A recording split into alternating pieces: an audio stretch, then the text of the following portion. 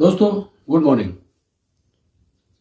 आज का एक video specially newly enrolled security guards के लिए है, क्योंकि जो पुराने हो जाते हैं वो इस माहौल में ढल जाते हैं।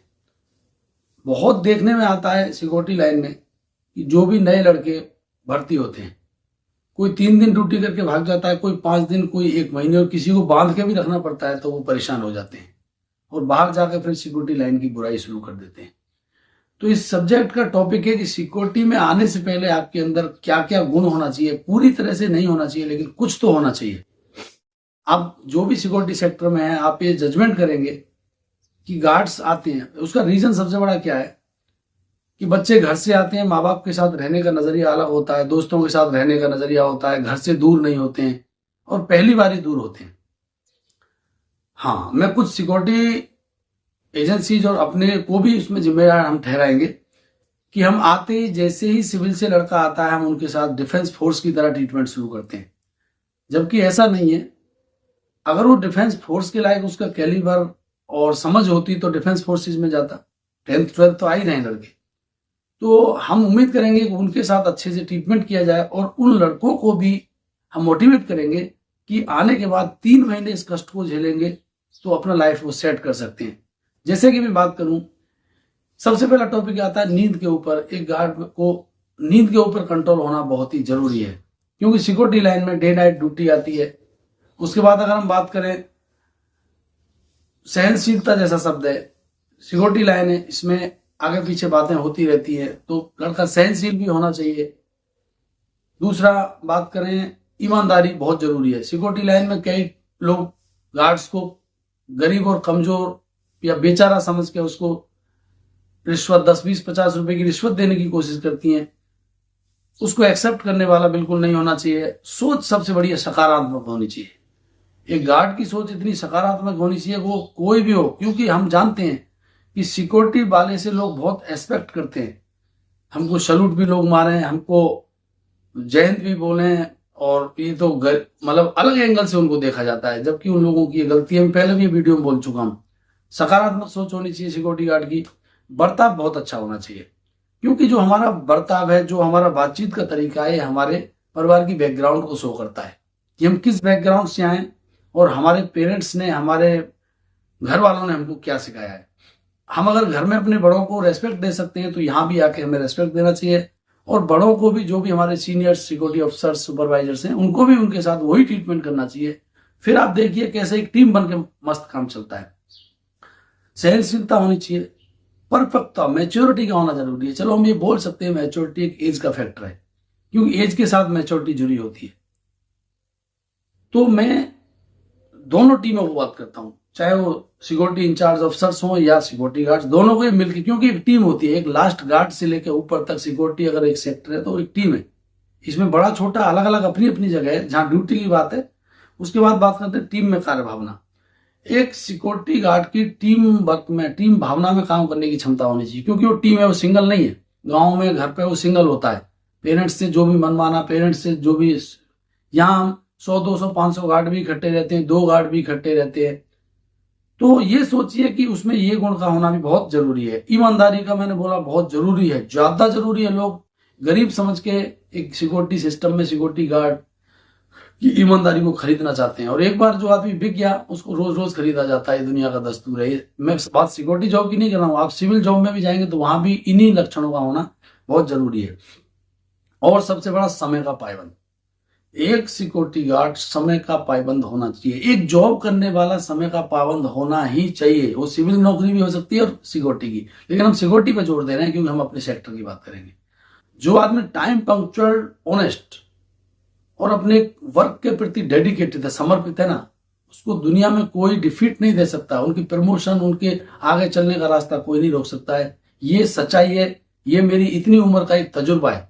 दूसरी बात करें, अनुशासित, अनुशासन होना चाहिए, डिसिप्लिन होना चाहिए। ये नहीं है किसी के साथ कैसी भी बात करनी है। हम किसके साथ बात कर रहे हैं, उस आदमी के कैलिबर आकलन करने के बाद हमको बात करना चाहिए। रेस्पेक्ट देना चाहिए, रेस्पेक्ट लेना चाहिए। ये कैसी चीज है, टिट फॉर टैट। आप अपने सीनियर्स के साथ एज ए सिक्योरिटी गार्ड जितनी अच्छी बातें करेंगे, वो लोग आपको उतना अच्छा फीडबैक देंगे। और सबसे बड़ा चीज, गलती को मानने वाला। मतलब कि आपको आपने गलती कर दी तो उसको एक्सेप्ट करने वाला चाहिए, क्योंकि आप गलती एक्सेप्ट करेंगे तो सामने वाला माफ करता है। हमें पता है, हम इस जॉब में हैं, हम इस लाइन में हैं। गार्ड अचानक सो जाता है रात को और गार्ड को पकड़ा, गार्ड बोल देता सॉरी सर झपकी लग गई, लोग छोड़ देते हैं। अगर हम वहीं पे फिर बहस में आएंगे तो मैं उन नए लड़कों को, उन सिक्योरिटी सिस्टम में आने वाले गार्ड्स को ये बोलना चाहूंगा कि कभी भी अबे तबे माइनर लैंग्वेज का इस्तेमाल ना करें, अपने सीनियर्स को रेस्पेक्ट देते हुए टीम भावना के साथ काम करें। आप देखेंगे इसी सिक्योरिटी जॉब में लोग बॉटम लाइन से गार्ड में एंट्री हुए थे, लोग security manager, admin manager, area manager बन के बैठे हैं। क्यों? उन्हीं लोगों के अंदर ये सारे लक्षण थे। बात करें नींद का कंट्रोल, सहनशीलता, बर्ताव, डिसिप्लिन, ईमानदारी, डेडिकेटेड टू वर्क, अपनी सिक्योरिटी के लिए। इसको छोटा ना समझे। हाँ, कई लड़के इसको छोटा समझ के लोगों को देख के कंपनियों में, हॉस्पिटलों में हीन भावना के शिकार हो जाते हैं। खराब कुछ नहीं है, हमें करने का, समझने का नजरिया चाहिए और हमें सोचना ही पड़ेगा कि जो हमारी क्वालिफिकेशन थी उसके अनुसार हमें जॉब मिला है। क्योंकि मैं ये जानता हूं, ये लोगों को भी समझना पड़ेगा जो एम्प्लॉय होते हैं कि किसी को छोटी नजर से ना देखें। उसका कारण क्या है कि सिक्योरिटी में कोई शौक से नहीं आना चाहता है। ये मैं भी जानता हूं, ये आप भी जानते हैं। सिक्योरिटी एक ऐसी लाइन है जिसमें आदमी मजबूरी में आता है और उसकी मजबूरी का फायदा ना उठाए। हर आदमी को सिक्योरिटी गार्ड से सलूट चाहिए, हर आदमी को सिक्योरिटी गार्ड से रेस्पेक्ट चाहिए, हर आदमी को सिक्योरिटी गार्ड 12 घंटे खड़ा हुआ चाहिए, हर आदमी को उसकी ड्रेस एकदम ओके चाहिए, हर आदमी को उससे मतलब पूरी एक्सेप्टेशन हम सिक्योरिटी गार्ड से करते हैं। किसी भी कंपनी में, किसी भी हॉस्पिटल में, यानी कि एक पेशेंट भी हॉस्पिटल में आता है, वो भी उससे एक उम्मीद करता है कि उसको एक सलूट मारे। ये गलत है। अरे हो सके तो कभी आप भी सिक्योरिटी गार्ड को विश करके देखो, वो आपको क्या फीडबैक देता है और उसकी सोच कितनी बदल जाएगी और वो आपको किस नजरिए से देखेगा। तो दोस्तों, इस वीडियो को बनाने का मकसद एक ही था कि सिक्योरिटी गार्ड्स को छोटा ना समझें और गार्ड्स जो आते हैं वो अपने को हीन भावना का शिकार ना समझें। इन चीजों को, इन लक्षणों को अपने में उतारने की कोशिश करें। आप देखिए सिक्योरिटी की नौकरी कितनी मस्त और स्मूथली चल सकती है जब आप टीम वर्क के साथ अपने साथियों को लेकर चलेंगे। ओके दोस्तों, थैंक यू। ओके दोस्तों,